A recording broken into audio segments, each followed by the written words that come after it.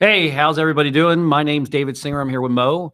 He's a returning guest. A little later on in the show, he's going to be talking about the Metaverse, which I got to honestly tell you, I actually have zero idea what the hell he'll be talking about and what the Metaverse is, but he'll, I guess, explain it to us in very simple terms so I can understand. Okay, the disclaimer, the opinions of the host, guest, and any callers and anyone who comments are not representative of the opinion of Mr. Singer, his employer, or anyone associated with Gloves Off, including Mo. How's everybody doing today? Wait, we have a word from our sponsor. Can you find a word from our sponsor? Gloves Off. There we go. Karen Cunningham sponsoring us once again for Gloves Off with David Singer. We appreciate her sponsoring us every week. Today, as you can see, we have a brand new backdrop on our green screen. So if you see my lips moving and my voice is not in sync, it's because we're doing it from our secret bunker. Right? Okay. So here we go. Let's start off. Okay. So as I mentioned last week, can you get this? If you turn in your Karen Cunningham sign in your front yard, and you bring it to me, I will give you this sign to put back in its place plus $50. Okay. And this goes to anybody, any homeowner in Palmetto Bay. You bring me your Karen Cunningham signs, and I will give you this sign to put in your front yard plus $50 to keep it in your yard until Election Day or the day after Election Day. We need to get those Karen Cunningham signs down, and we need to replace them with Stop Mayor Cunningham from Destroying Palmetto Bay. And in that respect, let's do our new part of the show. It's called Compare and Contrast.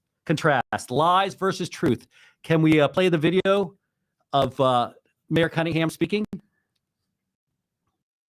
To hop on here real quick because today was a very busy day. We had the opportunity to attend the Board of County Commission meeting today. I was there to speak in opposition and request a carve-out to item 7C, which was being heard on second reading. This is the Rapid Transit Zone Ordinance. Unfortunately, even though we were able to say a few words and distribute the letter to follow up the email that I sent yesterday and the resolution requesting a carve-out from the Village of Palmetto Bay, Okay, so that's what she has told the residents of Palmetto Bay. So now let's play the second clip on what actually happened when she went to speak to the county commission on the RTC. Can we play that clip, please? I inadvertently signed up for the same item that Councilmember Cody did. I've left a letter regarding item 7C and a carve-out for the Village of Palmetto Bay. Okay, thank you, ma'am. Okay, so if everybody didn't get that, I'll have those clips available. Apparently, she did not give her name. She did not give her title. She spoke on the wrong item and spoke for 11 seconds. And let me tell you something. When a sitting mayor goes up and speaks on the wrong item, when she's supposed to be representing the Village of Palmetto Bay on the RTC, does not give her name or does not give her title and does not discuss the RTC, it's pretty damn embarrassing. Okay, this is an elected official who does not know when she's supposed to get up and talk about an item that is going to greatly affect the residents of Palmetto Bay. This includes all the zoning for all the apartment buildings that they want to build a half a mile away from the bus line. And she turned around and basically lied. She did lie to every single resident with her little clip. If I had time and I was going to talk about the meta universe, I would actually show that clip again, and you guys can sit there and see her mouth moving, because when her mouth is moving, Karen Cunningham is lying. Okay. Now let's talk about the next thing. We are going to, that's my compare, contrast. Okay, so here we go. The next video is Steve Cody. Most of you guys know that Steve Cody and myself don't like each other much, but ask yourself if this type of representation we want our village, when those in power use the power they have to hold against you and use the facts and names of your family members. Steve Cody put out a video And in the video, he's using a representation of my 15-year-old son, which is absolutely disgusting. And let me tell you something. The guy's not only a joke, he's not only unemployed, he's not only losing his house, but he's mentally, in my opinion, he's mentally ill. The guy has something seriously wrong with him. Can we play that third clip? Hi, I'm Steve Cody. It's election season in Palmetto Bay, so I've asked my old friend Jeremy to join me in this video. Jeremy, it's been a long time. How are you? It's only been 2 years. I'm doing great. The last time we got together we talked about David Singer. You beat David Singer in 2020. And he got a time out. For 4 years. You did a good job, Mr. Cody.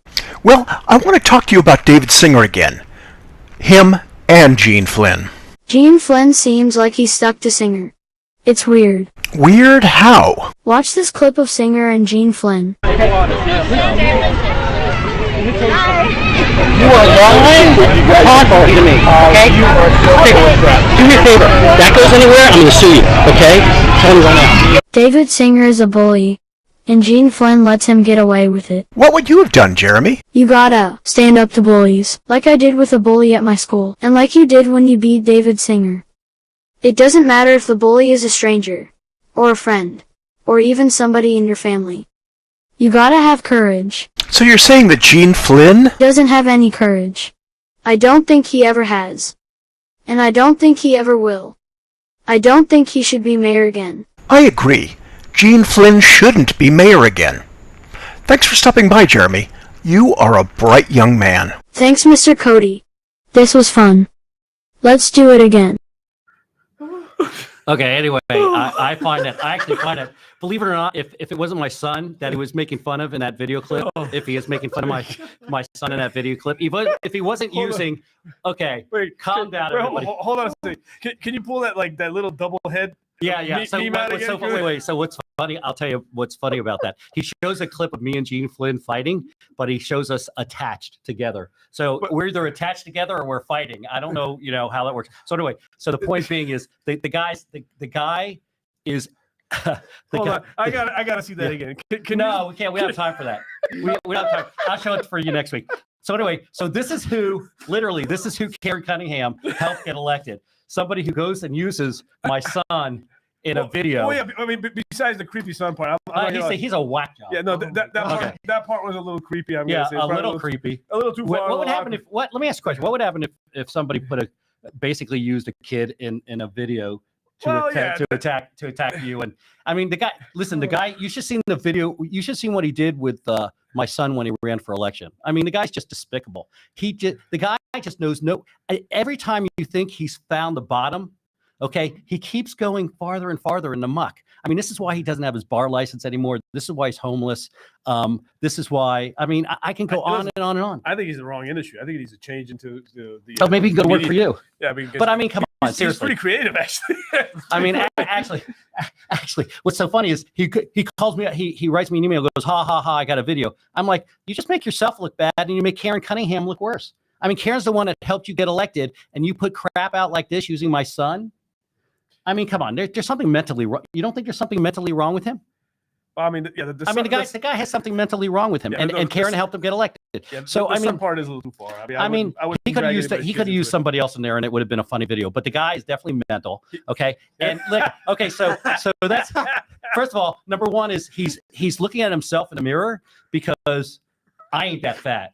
And if anybody's seen Cody, no wonder he has diabetes. The guy weighs like 400 pounds. He has so many health problems that it's amazing he can walk.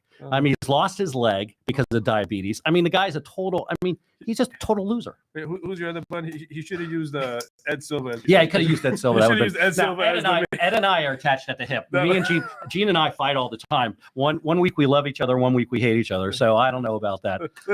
Although Gene should win the election. As an outsider, I'm beginning to really wonder about all of you, to be honest with you. It's becoming very incestuous. I'm going to have to be honest. It's just the amount of, they will go to no level. I'm telling you right now, when Karen Cunningham talks. By the way, thank you, Gina, for pulling that up again. Yeah. It made my day. Yeah, thanks. You didn't see that? I thought I sent it to you. When Karen Cunningham talks, she lies. There's nothing that she says that's not a bold-faced lie coming out of her mouth. Which brings me to the next. Let's see. Okay, so I wrote an article, and I want to go over really quick, because I know we don't have a lot of time. I want to go over the budget for next year. They're going to pass the budget. Once again, they've raised taxes. Once again, Karen Cunningham kind of broke the law. She probably should have an ethics complaint filed against her. There's a video out there that I don't have yet, but I'll show next week, of her stating that she went directly to the village manager and told him to reduce taxes, which she can't. So, I mean, she can't go to the manager. She's not allowed. She's not a strong mayor. She's just one in a group of 5. By the way, if you want to pull, I think Cody's chimed in on his antics. So let's see what Mr. Loser has to say. Oh, what a schmuck. Yes, you are a schmuck, Cody. Anyway, thank you.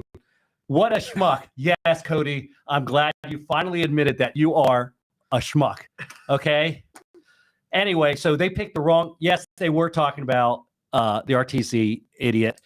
Anyway, let's block him. Well, don't block him, because I like it when he talks. Anyway, so let's talk about the budget.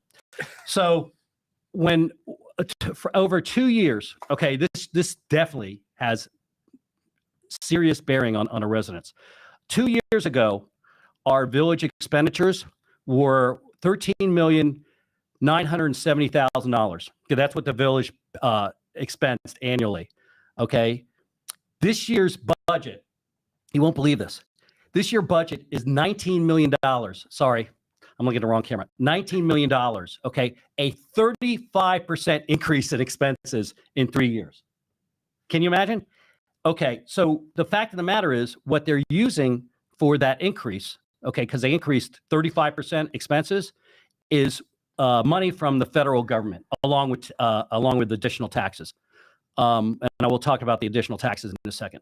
So the federal government gave municipalities, I think they gave Village of Palmetto Bay $12 to $13 million for Infrastructure projects. Yeah, infrastructure and stuff like that. So the village is using that money to subsidize, okay, an increase of close to $5 million. Okay, so what happens when that increase, when those funds go away in 3 or 4 years, 2 years, right? The village residents are going to be hit with the biggest tax increase since the last biggest tax increase under Karen Cunningham's. They have this is like Karen Cunningham is running Palmetto Bay like it's the federal government. Like we can run on a deficit. We can't run on a deficit, and they're using all this money to subsidize her huge expenses increases. I think when I was looking at it, police budget increased 30%.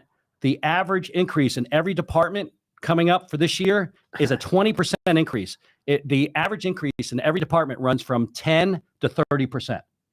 You can't run a village our size on those kind of increases. It's absolutely killing. Okay, so our taxes increased by $615,000, or a little over 8% over a 2-year period, by 24%. The village of Palmetto Bay, right now, the village manager, the village mayor, and everybody have increased residents' taxes by 24% over the last 2 years. Okay, and over 47% in the last 2 years if you add the FP&L franchise fee. So it's absolutely amazing to me what's going to happen when the federal money runs out and we have to start slashing all these services.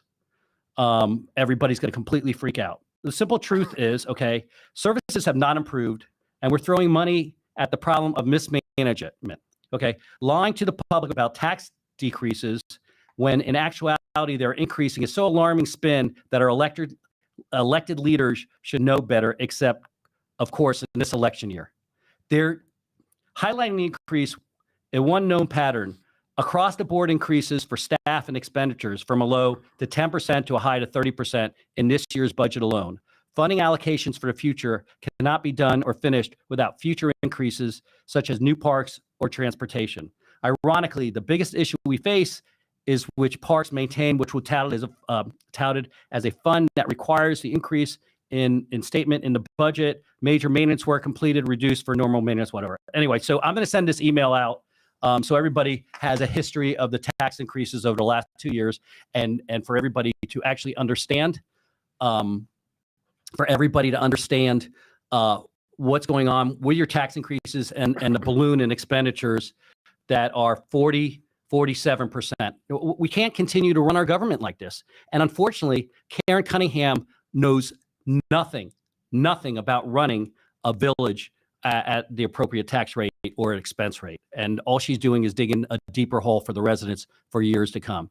Because once you increase taxes and once you increase expenditures, there's no possible way in hell, okay, to decrease them. It's just a known fact. I'm in a business, okay? I'm in the business of budgeting, and I know. So anyway, so the next thing is we're talking about parks.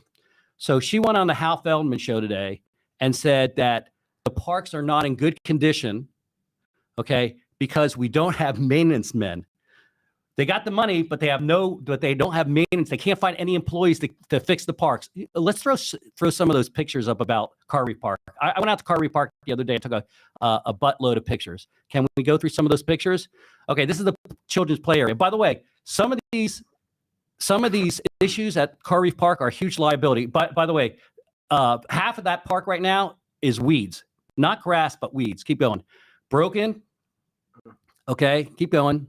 Broken,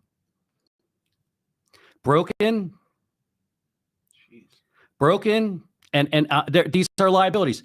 Now you're telling me you can't find a third party to sit there and paint? Seriously, paint's peeling. Keep going. Broken. Oh, by the way, they had plenty of money to sit there and put a sign up congratulating themselves on a soccer field. Okay, but they don't have the money, I'm telling you, look at it. But they don't have the money to sit there and replace the grass where the weeds are or put weed and feed down. Those are all over the place. The trash bins. Keep going. That's the running. Can you imagine running on that? That's the running track there. Okay, there's more. Oh, that's the bathroom. That's me on the little mirror down there. Yes, Gina, I know I took my picture when I was taking the picture. That's one of the bathrooms there. In a park. That's more of the running path that's broken. That's the same sign. Sorry, I may have duplicated some of this. That's the bathrooms. The bathrooms, I went in there. The bathrooms aren't even cleaned. They have a full staff in Palmetto Bay, Car Reef Park, and nobody goes in the bathrooms to clean them. Okay, there's more pictures than that, but the point I'm trying to make here is she went on there and did nothing but make excuses for the condition of the parks. They have park employees. Okay, give them a can and a paintbrush and tell them to paint and get a third party to fix the running track and put some weed and feed down and replace the grass. They have plenty of money to spend on PR and selfies and everything and polls and everything they want to do. But when it comes to maintaining our parks, they have no money or they can't get any employees. This is what's happened under 4 years of Karen Cunningham. She is by far the worst mayor Palmetto Bay's ever seen, and I would say she's the worst mayor in South Florida. Okay, she's been absolutely a disaster, and the people who are going to vote for her, okay, or vote for her, have no clue, none, zero. Okay, what the hell she's doing in Palmetto Bay, or they would be aghast at the destruction that she's led. We need to get her the hell out of Palmetto Bay. Send her packing, okay, and let Gene Flynn try to right a ship, okay, that's halfway under the sea. I mean, it's half sunken right now. She's awful, and she does nothing but lie. Absolutely nothing but lie about everything, or I got to tell you something, or make excuses. Okay, if you go up to her and you say, "Hey, why is the park in such bad shape?" "Oh, we couldn't find any employees to fix it." Come on, man, you got the money. You just upped the budget $5 million for next year. You got the money. Go find a third party to do it. It's disgusting. It's disgusting, and it can't go on. We got to get her out of office. And once again, if you turn in her sign, I will give you $50 to put one of these signs in your yard, because we got to stop her. We cannot go on. And I'm sorry, I'm harping over and over and over again, but that's the problem. And Hal Feldman, do yourself a favor. I love you, buddy, but don't let her lie on your program anymore.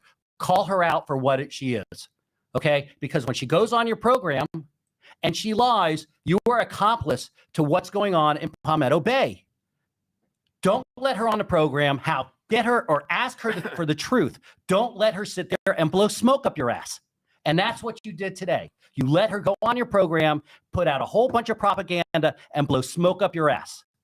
Okay? Help save Palmetto Bay, Hal. You used to live here. You don't live here anymore. Help us save Palmetto Bay and get her off your program or ask her real questions and get real answers from her. Okay, that's it for me ranting and raving for 20 minutes, as I said. We're going to talk about, what are we going to talk about? I don't know. What are we going to talk about? We're going to talk about the metaverse, which I know nothing about, by the way, but I was happy to change the subject for today. Let's change the background. Oh, by the way, you're right, Cody. You are a schmuck. Anyway, I'm glad he's finally admitted. He's a schmuck. An unemployed, unhealthy, disbarred schmuck. This is why I can never teach him about the metaverse. That's right. Okay, let's go. Let's talk about the metaverse. Well, first we want to introduce a special guest. From India, by the way. Yeah. It's 1:30 tomorrow. It's It's almost time for happy hour for you, right? He's actually joining. It actually is the future, if you the think about future. it. Yeah, he's joining us. I am coming in, which is why I can tell you everything about the metaverse. So now that he's thoroughly scared, Don't be scared. you know, and is not going to get on your bad side. No.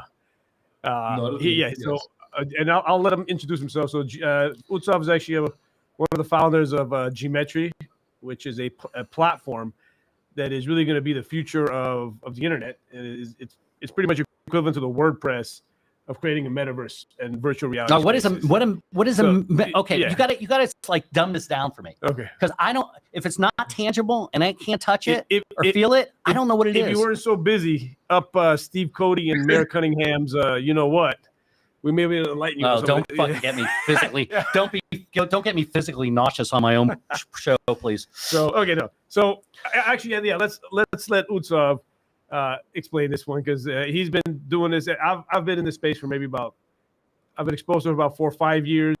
He's been it his whole entire life. So I'd actually like to let him give it the first crack at it. So go ahead, Utsav. Why don't you share with David? What is the metaverse, quote unquote, 101 for Mr. Singer, or just call me David, or Madman. No, absolutely. No, David, I don't blame you at all because the metaverse is this buzzword, the newest buzzword in tech, and it's defined as whatever is most convenient or the best for your business. And that's the thing with most buzzwords. So I don't blame you at all. I'm going to pause you here for Utsav, and this is the only time I'm going to pause you, but I'm really happy about this because I get annoyed. No, the reason why I'm actually really happy that he mentioned that is I get so annoyed when people just throw around this buzzword and it's kind of become obnoxious and annoying. So I'm actually really happy that he's addressing that. People just want to loosely say, "Oh, it's the metaverse. Oh, this and that." So sorry, go ahead, Utsav. Yeah. The metaverse is it's so hot right now. Everything's the metaverse basically. But you have me today, and I'm coming in from the future, like you said. So everything I say has to be true.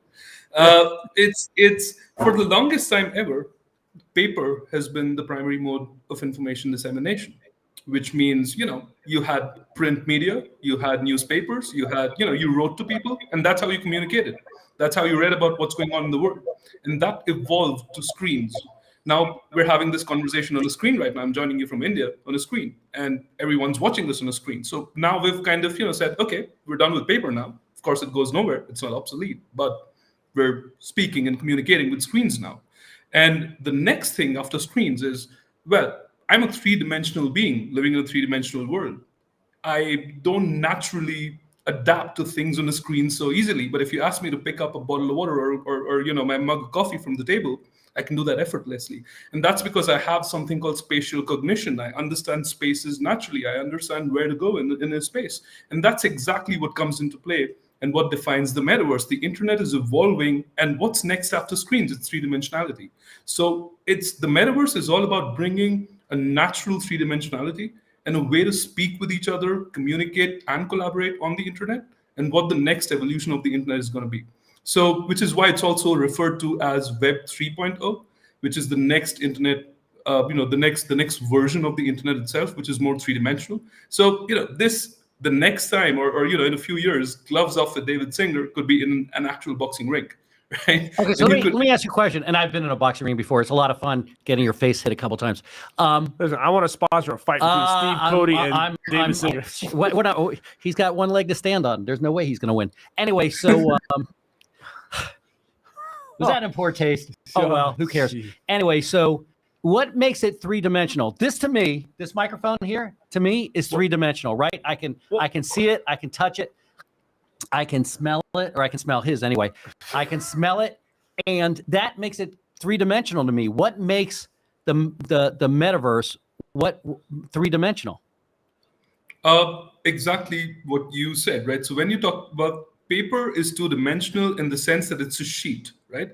And yes. The internet actually, when we're on the internet, it's called a web page, because the internet was about taking this page or piece of paper and digitizing that's a great it. analogy. So I've never even thought about that, and I'm always no way. Explain that to me. Okay, I need a piece of paper is two-dimensional. Well, I mean, it's true. It's like they literally took a piece of paper and put it up on the internet, and that's why they call it a web page. Yeah. It is a two-dimensional. Screens are just okay, but a web page is two-dimensional. Yeah. Or is it one-dimensional? Well, I mean, it's two-dimensional. Yeah, I mean, it's two-dimensional. How is a web page two-dimensional? Well, it's in definition, two dimensions is a flat surface. So okay. Surface, right? So anything that's a surface, your mobile phone is two-dimensional because you can move in this dimension and this one. But what happens when you jump out, right? So what's the third dimension? Can you project? Oh, I got it. Okay, so depth makes it three-dimensional. Okay, so that's why this microphone is three-dimensional. It's got length and height, but no depth. Yeah. Okay, got it. Okay, got it. So so we could be in a room and actually. I'm an accountant. I should have mentioned this is going to be a challenge. Yeah, a big challenge. He's been trying to explain this to me for years. Just like people are trying to, like my friends are trying to teach me how to roll my R's for like 20 years, and I still can't roll my R's. So go ahead. Sorry to interrupt. No, so I mean, I think, and that's that, right? Like, I mean, the internet is made up of web pages, and I think it's evolving from being web pages to web experiences, right? Where you actually come into an experience where you can look around at things, and it becomes more like the real world. Often it's confused as something that's trying to replace the real world. And it's not really that. It's more about something that adds more dimension and therefore adds more interactivity to work better and speak better with people, places, and things. Yeah, but Utsav, right? talk about it in terms of gaming that's been around forever. Yeah, I was going to say that's three-dimensional, right? That's the whole Isn't gaming three-dimensional? Absolutely. You can walk and you can see the depth in there. So a game is three-dimensional. Yes. So the internet would be, if you play a game on the internet, isn't that three-dimensional? Well, that's three-dimensional. That's the whole frustrating part of all this, is that they sell you this concept of this metaverse is like oh my God, this is some new amazing life-changing event, and it's not. And I like to have. Yeah. No, go ahead. At the base of it, it's exactly what you said. Like we were playing three-dimensional games all this while. It's just bringing that three-dimensionality as a new dimension to the internet. But it's also about collaboration, because in some games you can play with other people. I also want to be able to see other people, and it's also then the concept of the metaverse is all about interactivity with people, places, and things in a better way. So it is a 3D game which you're playing with anybody else who's on that webpage, for example, or anybody else you want to have a conversation with. So that's, in a nutshell, the experience layer of the metaverse, right? Of course, it's and then on top of that, you've got a few other technicalities in terms of how you can decentralize this. We're a far way away from this, but this iteration of the metaverse is just about a web experience and upgrading a web page to a web experience. So how would that work? Okay, say the meta universe is out there. I'm sure people are using the metaverse right now, because he's telling me I should invest in all this other stuff in the metaverse, and he's trying to, get. But let me read the definition. Okay, here we go. This is officially. Now, by the way, he's in the business and he has to read the definition. That shows you how. I want to read the actual definition of it, because again, most people come up with their own renditions of it. But I just want to find what, if you Googled it, what would be the actual. So it's a virtual reality space in which users can interact with a computer-generated environment and other users, right? So you can interact with a computer-generated environment and other users, which basically is referring any three-dimensional multiplayer game that's been in existence for the last 10 years, which that's kind of the whole irony of this, is that how all of a sudden it's become a buzzword and it's become this next innovative thing. It's, people who've been in the business for a long time kind of find it ironic and laugh about people, this false excitement and false hype. Think of it really as the evolution of accessibility, right? So the internet and web pages, like we said, I mean, I don't know when the first web page went up, but it really, web pages didn't really become popular until maybe the late 80s, and the 90s really started to proliferate. And it wasn't until the 2000s where technology, bandwidth, hardware, software, it really started becoming a normal part of life, right? But internet itself existed way back into like the 70s, right? It just didn't become mainstream because of whatever reason, like I mentioned, technology, bandwidth, just humans not necessarily being ready for it. The metaverse is really, again, and you notice it says a virtual reality space, and that's really all it is. It's any 3D. Let me take an example. Let me take an example. Now, 3D movie. They just have all these 3D movies out. You went out and bought a 3D TV, which I still have in one of my rooms, and I got rid of. I mean, 3D movies pretty much three-dimensional. I mean, it's not the internet, but it would be considered meta something, right? Meta TV, meta TV. It's not on the internet. I mean, you need the glasses, but it's 3D. Yeah. Well, but the idea though is that you should be able to interact with the space, and it does have. And it said, if you notice, it says environment and others in that space. That's so the let me take an example. Let me take an example just to break this down, right? Let's think about banking. Have you tried to bank on the mobile app, like make a transaction and all the time? Yeah. No, when I send Mo money all the time. He should send me more money. More money. He needs to send me more money. Well, so if you want to send more money, what you've got to do is you've got to pick out that app and you've got to tap, make these series of taps through a language that we've kind of evolved that is not very natural. Now, and I know, but that when you've got 3 horizontal lines, it means that there's more stuff on it. But that's learned language. It's not natural, right? But when you go to a real bank, you can observe space and you can understand things. You walk up to different things. You absorb it a lot more naturally. Now, what if that experience of actually speaking with someone by visiting a bank and actually asking for what you want, walking up to the right area, comes over to and replaces that banking app? And these are the kind of interactions that is about. Let's talk about shopping online, right? Like, I mean, we shop online, we search, we add to cart. It's a process that's made a lot of things easier for us because of the internet, but it's also an interface that you're not directly used to.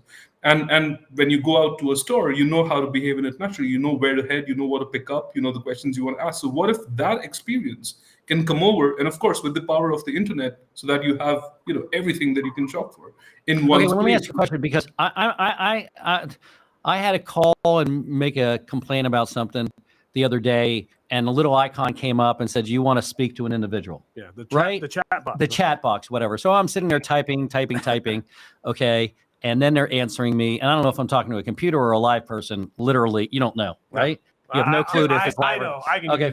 Okay. So you're typing, they type you back, you typing more. Is that kind of like the experience of the meta universe about with the idea that you're actually talking to a live person? Is that part of the process? It's more like the real world, right? Because when you're talking to a chatbot, you don't see the other person. And I think that's a really easy way to kind of, come to realize what it is. So when you have a chatbot, you're typing from your keyboard, right? And typing and all of these are interactions that belong to the world of screens, right?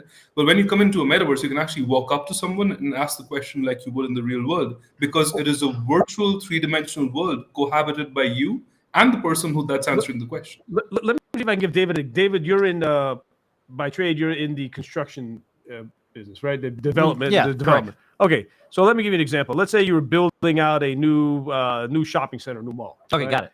And I'm trying to put it in a context that he can understand. And you were building out this new shopping center mall, and there was a process where you had to go in and do a weekly audit of the spaces and see if they're doing things according to code and to specs and whatnot, right? Mm-hmm. We could theoretically create a virtual metaverse of this development and of this actual construction model in space, and through real-time photo imagery, keep updating this on a daily basis. And if I was the foreman, or I was the individual person inside the space working, you could literally have me join inside of a metaverse, look at the space, point something out as if we were both in that physical space. Save you the trip. That's pretty cool. Yeah, so there's a ton of applications. Okay, so let me ask you a question. So now, instead of going, my idea like 25, 30 years ago, which is going to be bizarre, right, was I was going to sit there and start a business that videotaped all these homes. Correct. Okay, the room, the kitchen, and everything else. And I was going to sit there and do it, and I was going to give everybody a VHS. Are those VHS? That's how old I am, right? A VHS test. What's up? In case you know what those are. Those are the little things that go on the machines. Anyway, it's like a plastic. Yeah. So anyway, a VHS tape, and my idea was, a real estate office, instead of spending like 18 hours in a car with somebody and going from house to house to house, okay? Yeah. Instead of going from house to house to house, you would say to the real estate agent, hey, I want a 3-bedroom house with a pool, 3 bathrooms. Show me what you have on your wall. Okay, so I'm going to take this one roots off because we were actually just on a podcast. I can't remember if it was earlier this week or last week. I don't even know.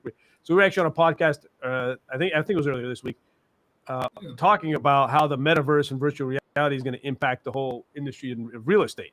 So a great question. So one of the tools is similar to what you just said. Yeah. Let's just say there's a home, and I want to look at it, and I'm just going to use the example of out of state just because it makes it more impactful. So I'm living in upstate New York.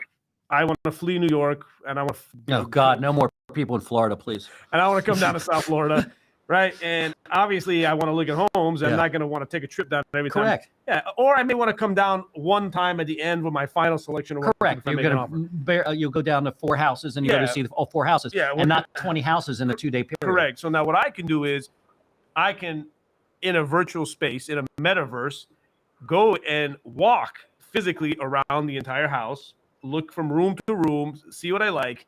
When I do find a house that I'm actually mildly interested in, I could even invite my realtor or the seller's agent to join me in that space. We could actually walk the property together in the metaverse. I could ask questions. They could point things out.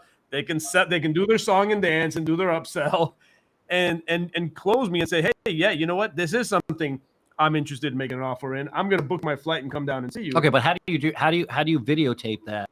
So how do you take that piece of real estate, videotape it, and put it in the computer or on the internet as if you were live walking through the house? I'm actually going to let Utsav, because Utsav's platform, Geometry, actually facilitates this process in a very simple, easy way. Go ahead, Utsav. Absolutely. So, well, the version, the 3-dimensional version of videotaping is as simple as it's called 3D scanning, and it's something you can do with your iPhone, actually. So you could point your iPhone around. It has a LiDAR scanner in it, and you would be able to generate a 3D model of that space. It takes a little bit of time to get a 3-dimensional world, but that's how you do it. If that's too complex, there are even 360 cameras that you can use to photograph the space. So it's really up to you if you want to use 360 cameras, which basically take panoramic views and you're jumping from one view to the other, or you can actually generate 3D models. The metaverse is more about 3-dimensionality. So the 3D models would be a true metaverse, and that's something you can do with your iPhone these days. See, I'm a little bit of a nerd, right? You wouldn't. Somebody made a comment. No, wait. I wonder if any of the viewers can even understand what's going on. Well, we're trying to simplify it, because if I can understand it, everybody can. So I'm a little bit of a nerd, and when I go to like New York or Chicago or any place like Washington D.C., I love museums. I can spend 10 hours in a museum. So say you do a 3D. Well, actually, great point. So some of the projects that we're actually trying to do, yeah, and we do a lot of collaborations. And by the way, you were interrupting my question. Oh, I apologize. Go ahead. Okay, go ahead. No, because you got me excited because you said museum. Excited. Yeah, you got me excited. Sorry. You're sitting a little close to me to say that. Anyway, so my idea is, if you sit there, I could spend like 3 hours. Oh, say they do it at the Louvre, right? And they videotape everything, and they have all the pictures of all the art and everything. I'd like to sit there and be able to walk around, and to go left, go right, go closer to the picture, farther to the picture. I mean, I heard the other day that the Mona Lisa, you would think, is a really huge picture, right? It's really this small. It's about this big. It's not very big. So I'd like to be able to sit there without flying, to France. Yeah. Okay, to sit there and walk the Louvre. And that's exactly what Utsav's talking about. It replicates a better real life experience as opposed to looking at it on a 2-dimensional web page, right? Because like you just said, I can go and pull up a picture of the Mona Lisa and look at it. And it could be a picture of an original Mona Lisa. Yeah. But again, I don't understand. There's more than one Mona Lisa? Yeah, well, when you take pictures of it, I guess you look at it. Yeah. But again, it's not the same feeling like you just mentioned. What if I want to go and actually walk through the front doors? I want to go and look at the information counter. That's what the metaverse and virtual reality offers, is an experience that's just beyond a two-dimensional website that's limiting in your ability to engage with the space. So if you were walking through the metaverse, okay, and somebody else was walking through the metaverse at the same time as you were, would you actually see them you could on the screen if you wanted walking? to? Absolutely. There's metaverses where it's just like a video game and multiplayer video games. I could have my avatar, right? A better looking version of me. Something that looks like, God, that wouldn't be that difficult. I know. We're really talking about the future. Seriously. So a better looking version of me would actually be standing next to you, and that's where the collaboration comes in. You could say, "Hey, Mo, come over here, you schmuck," and say, "I want you to check." We could be in two different places. You could be in your house. I could be in my house. Absolutely. Okay. And we could be looking at the same piece of artwork and having a conversation about it together. Okay, so it's kind of like it's interesting because now you can buy video games, and I don't play video games with the 3D.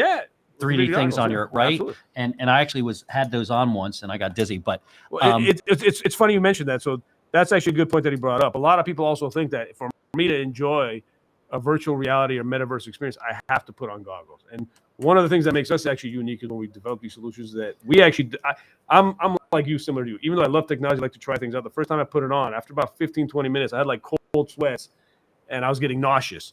And even though they say if you keep going at it, you get better and better, but it would consistently happen to me. And I love gaming, so I'd always end up usually being extremely nauseous and cold sweat and would have to lie down afterwards. So I realized, I said, you know what, let's make sure that everybody can enjoy them. And you can actually enjoy a metaverse experience on your mobile, a desktop, a tablet. It's really device agnostic. And again, for those, and I'd still like to put on the goggles every once in a while. I just can't do it for a long period of time. It is a really cool experience. If no one's actually tried it, I mean, the technology is getting really good, and I've done like roller coasters with the goggles on. Yeah, I was at a. It's actually pretty fun.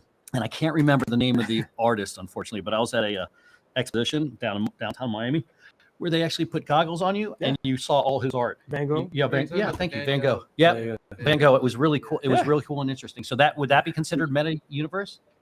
I mean, in a simple, it could. I haven't experienced myself, but yeah, it definitely sounds like it could have been, depending on how they were showing it to you. If you're looking, because I'm looking around, and you could see stuff behind you, stuff in front of you. You could really. One of the most important things is there being other people who are in that experience with you at the same time, and that's the interactivity and that's the collaboration, and that's something that's important. Seeing Mo at the lure along with you. Right, that aspect of it is something that is. I mean, it's going to make the entire trip worthwhile. So, so you could do something like, say, I bank at Wells Fargo. Okay, it's the first name I came up with. I could feel like I'm walking into a Wells Fargo account. Somebody could be a teller there, and I could say, "Hey, I want to transfer, $100,000 from one account to the next." Yep. But I'm going to give you an example. That's something that I've actually been. Once I get the time to put together, I actually want to go out and get funding to do. I want to build the first history course in the metaverse. This is something that I want to do, and I want to copyright your history or the regular history. The history of David Singer and Cody. No, I want to create it in a metaverse experience, where you can go back in time. Can we name him Hopalong? And I want to conjoin you guys at the hip. Yeah. No, but think about this: a virtual reality metaverse experience of a history course. Take the Civil War for example. And I, as your instructor or guide, could even join you, and I can take you to the battlefields. I can take you to the specific pinnacle moments of that changed history. Gettysburg, and we can witness it in real life and talk about it as if we were there to really understand. Would you have the soldiers fighting, and you just be? Oh yeah, and you'd be narrating the events, and again, there's so many ways you can. How do you build that? It's actually not as complicated as people think. I mean, there's technology and there's tools. I mean, we have an amazing design team, and we build all kinds of fun animated stuff. So it will take a little bit of time and energy, but I think can you imagine a child learning about history through an interactive immersive No, experience? I mean, you get their attention more because, kids with ADD like to watch TV and stuff. Oh, yeah. I mean, you're there. I want to be in the submarine with the Beatles. Yeah. Can we do that? Yeah. So I'm just hanging out with them and they can start singing. But that's the fun of it, is that anything's possible. Oh no, that's why we're very passionate about this space.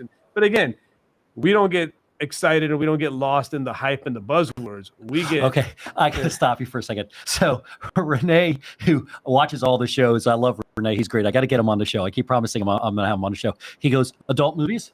I'm not sure. Honestly, I'm not sure I really want to be that close. Okay. Well, in an adult movie. In all fairness to Renee, that was hilarious. I'm surprised because, again, for those of you who don't know, majority of the times, the actual adult industry, the adult film industry, has been the catalyst for pushing technology.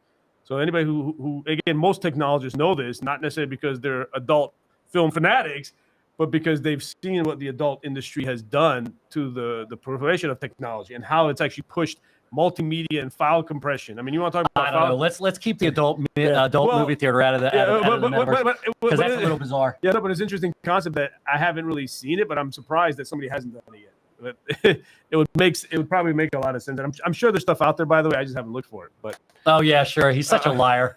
I'm going to call. This is gloves off. I'm calling you on that one. No. He's probably looked all over the hell. I am going to look for it now because now that you mentioned, I'm going to put those little goggles on. Yeah. Well, no, I got to imagine that someone. I mean, I'm no genius. I'm sure somebody else thought about it and said, hey, you know what? We can probably create an immersive experience for it. So how far have they gotten? I'm thinking of history courses. Yeah, how far have they gotten? In progression with the meta universe? I mean, is it going to change the way our screens are? Is it going to change any hardware? Is it going to still be the same hardware? What is going to happen? There's some limitations, and Utsav is very familiar with this whole timeline of technology and how all the pieces got to come into place. So I'll like Utsav to share his thoughts on that with you. Yeah, since he woke up. Yeah. No, hardware is ever evolving. I mean, the headsets that we talk about today are, it took a little bit of time for us to get to all our, to a point where all our phones look very similar, right? Every phone looks just the same right now.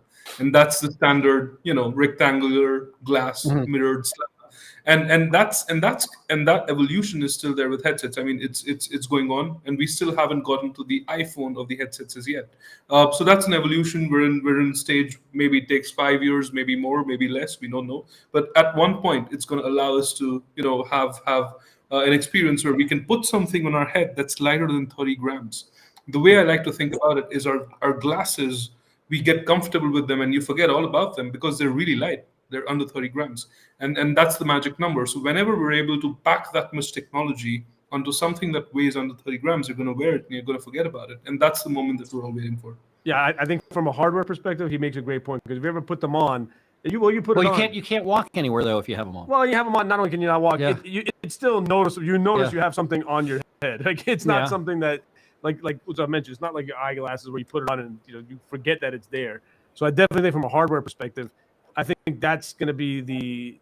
Yeah, but will you be able to get 3D on your computer screen, or will you have to buy a TV set where your computer works off your TV set to do it? No, I mean go ahead. Yeah, it's a lot like a game, right? Like when you're playing a game, like you made the point earlier, it is a 3D world, but you're seeing that 3D world through this window that is two-dimensional, right? And that's essentially an experience that you can have today with the hardware you have, which is your computer or your mobile phone.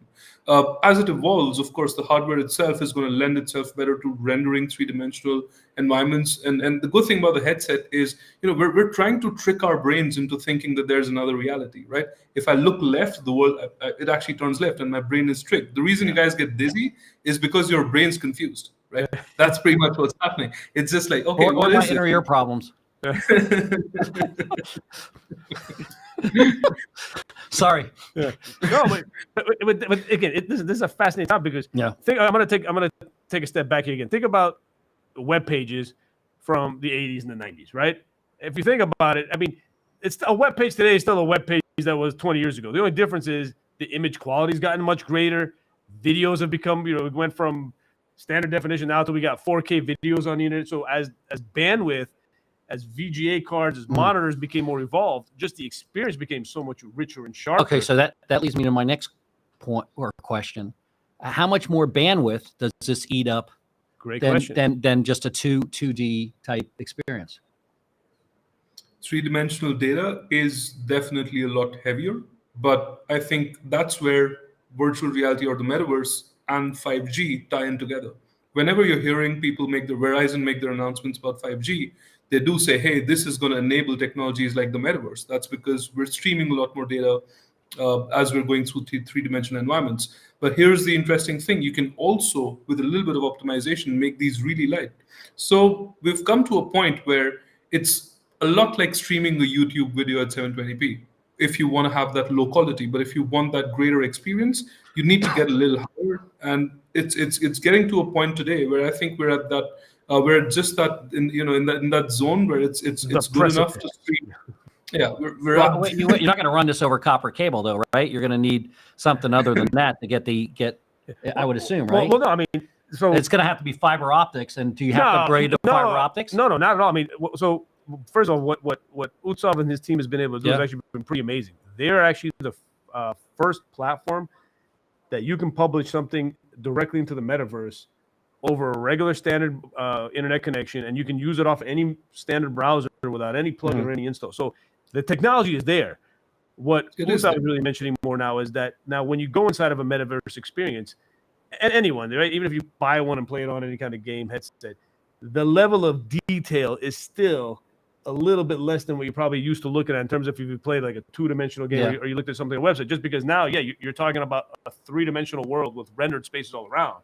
So it takes a lot more bandwidth and energy. So a little bit of the visual quality. So that's why I'm saying you can't necessarily do it through old copper. It has to be some sort of fiber optics to send a packet. What do they call packets? Packets of information through, right? Well, I think we're just going to, I mean, everybody's wireless these days, so I'm not necessarily sure that is going to be the game changer. I just think that once the internet, broadband becomes just so fast, and experiences now are fine, by the way. I mean, we build experiences right now where people enjoy them.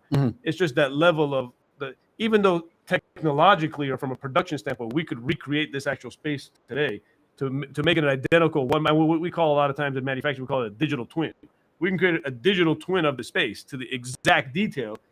It's just that it wouldn't be an efficient experience, right? You need a lot of bandwidth and resources to run it. So a lot of times we lower the quality to a resolution that is more usable, right? It's easy, lighter on your computer, lighter on your VGA card, lighter on the internet, right? It consumes less bandwidth, but the possibilities are already there to create a true identical one-to-one scale version of, let's say again, the shopping center you're building. You can create it to literally be as if you walked inside the exact shopping center.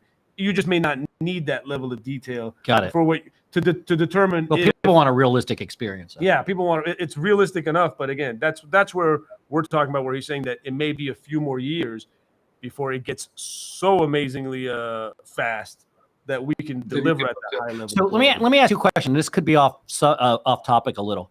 I have a lot of people that I've met that are really worried about 5G. They say it's cancer, you'll get cancer from it. It is radiation and all that stuff. I don't know if it's crap or not crap. I have no idea either way. So I have no opinion. How do you answer people when they say that 5G's dangerous? Well. 5G, it's just a new bandwidth is something that's different. I actually haven't been posed that question to be able to answer that well, but no, you better go back to your books and look at it. No, just joking. I think it's just, whenever a new technology comes in, it always goes through this iteration where people get used to it. And I think we're still getting to a place where people are getting used to a really different technology and it's new. And I think it comes with everything that's new. I think, it's a natural cycle of that. There is no research to say any of those things are true at this point. It's too early, but I mean, it's just the next iteration in what's going to take internet speeds up 70 times almost, right? Because I would assume that you're not only going to have 5G, but in a couple of years, it's going to be 6G and 7G and 9G and 10G and all that. And we're going to keep going. And before you know it, I'm gonna have to walk around with a tinfoil hat. No, I mean, people don't listen. I mean, this is really changing the subject, but people don't like to live under electrical wiring because they think it causes cancer. Well, does it? I don't know. Oh, I'm not smart enough to know that answer. Well, listen. I've done some research, and I've done some research, and there's definitely some. Like, if you ever get like a ham radio license or anything like that, you actually have to take some courses on it. So there is some truth to it. Whenever you are broadcasting any kind of frequency over the air, there is some emission. I mean, once again, it's not something you can see. I mean, I can see a car coming at me, okay, and I know to get out of the way, but for some of this, and I know that nothing stays the same. I tell everybody let's keep this area the same. Let's not build and develop new stuff. I mean, nothing stays the same. I mean, everything. It's like a river, right? What religion was that? There was a religion. There's a religion that says today's today, but tomorrow there's new water in the exact same spot. Unless you live in a pond. And and all that stuff. So nothing stays the same, but you also you don't know if it's something that you can't see, right? Well, most people don't realize that your cell phone emits a significant amount of I think you're looking for electromagnetic field. Yeah. Everything has an electromagnetic field. But it's to what extent? Yeah. Yeah, I think there's a different. I think I can't remember the term is whether it's ionizing or non-ionizing. I don't know. Yeah, there's some scientific term for it. Again, I'm no. I didn't want to get into the subject, yeah, but it just popped up in my head when you're talking about 5G and stuff like that. But there's definitely effects, and it does generate heat, and there's certain waves actually does generate heat. Yeah. If you're too close to it, there's actually a thing called burns. You can get actually Yeah. radiation burns from it, but it's not that what you think in terms of cancer causing, but it is harmful to the body. But nonetheless. This is the future. I think that it is exciting times. It's really going to be the transition, like we talked about, from the Web 2.0 to the Web 3.0 migration, and we're going to see another epoch in technology in terms of how human beings actually interact with it. Yeah, sure. So now the kids don't go out and play anymore. Okay, they stay in the house and they play video games on their Xbox, or they watch movies on a TV. Now they're really not going to go outside, right? Unless you have some sort of exercise for kids on the metaverse. Well, they're going to go out in the metaverse, so they're all. And that's not going to make them lose weight. They're going to have metaverse Kids need to parties, and they're all going to. Anyway, so that's not the point. Anyway, so let me ask a question. Last question, because we got to go in a couple seconds. Name some of the companies that you're working with or working for, if you can do that. Yeah, I mean, Utsav, maybe you feel more comfortable. I'm just because of all the NDAs we signed. Are they large corporations? I mean, I know somebody mentioned to me today that Gap is heavily involved. Gap is heavily involved in the metaverse, because I'm sure you can sit there and you can go in there and you can go to a store and you can flip. A lot of retail stores, again, they're trying out what their versions of it are. Yeah. So most of the big brands have tried some version of the metaverse. And I mean, I can't think of anything better than. I'm sorry, I didn't mean to interrupt you. Him, I don't mind interrupting you. I do, because you're a special guest. But you go into a store like Dick's Sporting Goods, right? And you're looking for a soccer ball or football. You can sit there and actually pick up a football or soccer ball or jersey or something, and kind of like look at it, look at the front, look at the back, just as if you were in the store. I guess that's where we're heading. And I'm just wondering how involved the retail sales have gotten in this. Yeah, absolutely. Go ahead, Utsav. Go ahead. Yeah, retail is one of the many use cases of the metaverse, and I think it's something that's rising a lot. We work with a lot of clients in this space. We work with actually, in India, we work with the largest online retailer, basically. So we do work with them in India, and of course, we work with 20 of the top Fortune 100 companies and delivered experiences via our platform. And we're talking about PayPal, Bosch, Diageo, Abenbev, tons of companies that we work with and delivered experiences for.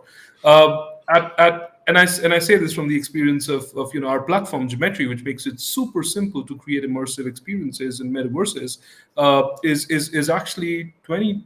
Today we have 20 times the users of what are perceived to be the top metaverses in terms of Decentraland and Sandbox. Of course, we're going a little far, but I mean, we do have 20 times the users of the top metaverses out there, and these are views coming in from the top enterprises out there. So there's a lot of appetite for consumption, but creating content like this is something that is what we're helping do. Yeah, and I think the key takeaway here is that it is literally just a tool like the internet, right? You can use the internet for education and training. You can use the internet for marketing. You can use the internet for entertainment. I think there's a comment about movies. I just like the idea that you wouldn't have to have a lot of it. You wouldn't have to have a lot of inventory, right? So you're not. Yeah.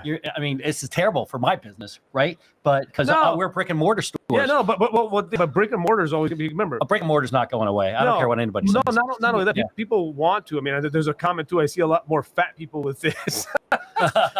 No, so do I. Actually, Renee, so do I. Yeah. I see a lot of Steve Cody's walking around with the metaverse, but I mean that it is what it is. But there's no difference than your screen right now. The reality is, there's no difference between everybody stuck like this. Yeah.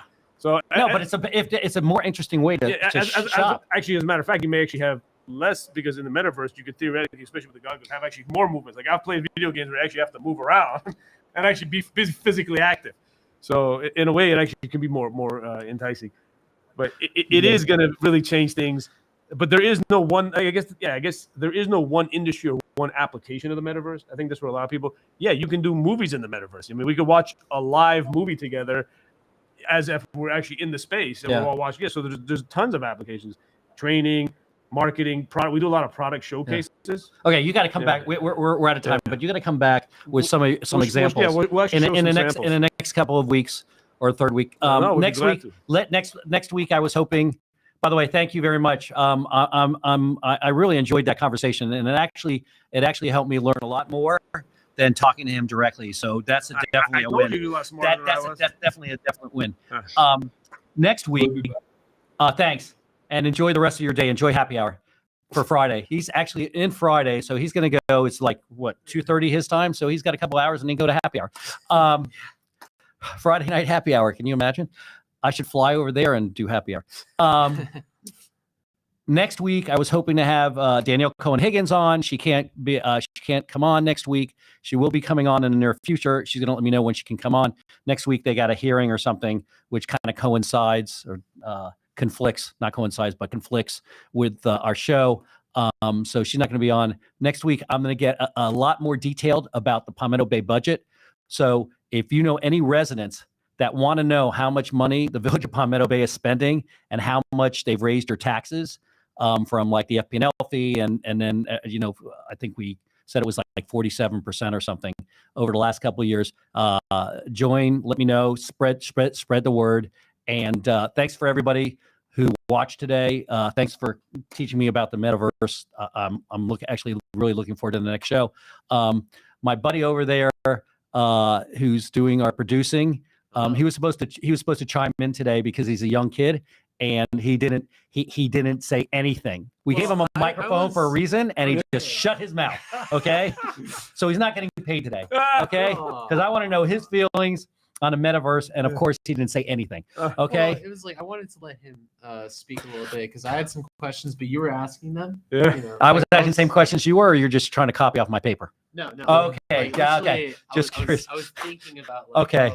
Well, you're gonna sit here and you're gonna ask questions on our next show because I'm you being 40 years younger than I am, okay, 45 years younger than I am, will probably have a lot of questions that I couldn't think of.